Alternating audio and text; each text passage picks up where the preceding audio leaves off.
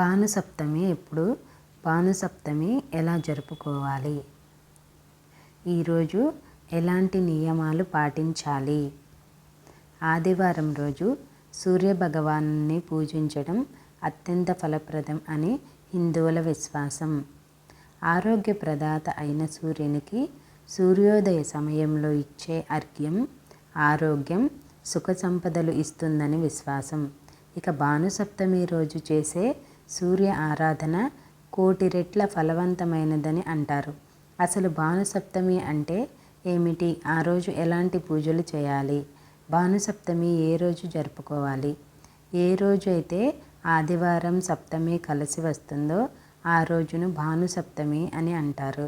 దానిని విజయ సప్తమి, కళ్యాణ సప్తమి అని కూడా అంటారు. భానుసప్తమి రోజు చేసే సూర్యారాధన విశేష ఫలప్రదమని పండితులు చెబుతున్నారు. భానుసప్తమి సూర్యునికి సంబంధించిన పర్వదినం. ఈ రోజున చేసే పూజ, దానం, జపం, హోమం అత్యంత ఫలవంతం అని, ఈ పూజలు అనంత కోటి ఫలితాలను ఇస్తుందని శాస్త్రవచనం. భానుసప్తమి ఎప్పుడు? ఆగస్టు 11వ తేదీ ఆదివారం సప్తమి తిథి రోజున భానుసప్తమిగా జరుపుకుంటాం. మరియు ఈరోజు స్వాతి నక్షత్రం అంటే నరసింహస్వామి జన్మ నక్షత్రం.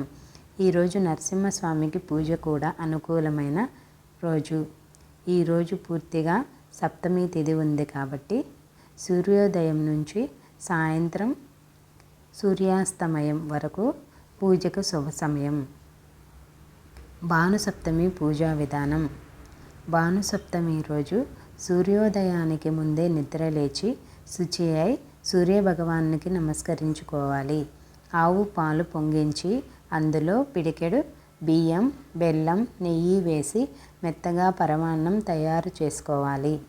సూర్యునికి ఎదురుగా ఉన్న ప్రాంతాన్ని శుభ్రం చేసుకుని రథం ఆకారంలో ముగ్గు వేసుకుని అందులో మధ్య భాగంలో పద్మాన్ని వేసుకోవాలి.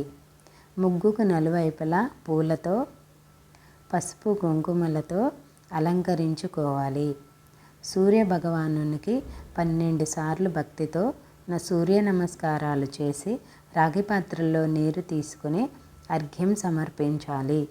ముందుగా తయారు చేసుకున్న పరమాన్నాన్ని సూర్యభగవానునికి నివేదించాలి. అనంతరం ఆ పరమాన్నాన్ని ప్రసాదంగా అందరూ స్వీకరించాలి. భానుసప్తమి పూజకు నియమాలు. భానుసప్తమి పూజ చేసుకునే ఆదివారం రోజు ఎట్టి పరిస్థితుల్లోనూ ఉల్లి, వెల్లుల్లి, మధ్య మాంసాలు తీసుకోరాదు. కఠిన బ్రహ్మచర్యం పాటించాలి. భానుసప్తమి పూజాఫలం. భక్తి శ్రద్ధలతో, నియమ నిష్టలతో భానుసప్తమి పూజ చేస్తే శారీరక, మానసిక ఆరోగ్యం సమకూరుతుంది.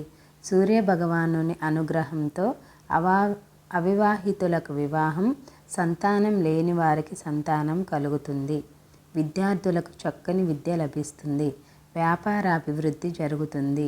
మానసికంగా ఇబ్బందులు పడుతున్న వారికి మనశ్శాంతి చేకూరుతుంది. రానున్న భానుసప్తమి రోజు అంటే ఈరోజు మనం కూడా సూర్యుడిని ఆరాధిద్దాం. ఆరోగ్య ఐశ్వర్యాలను పొందుదాం. ఓం శ్రీ ఆదిత్యాయ నమః. ఈ వీడియో కనుక మీకు నచ్చినట్లయితే please like, share and subscribe my channel. Thank you.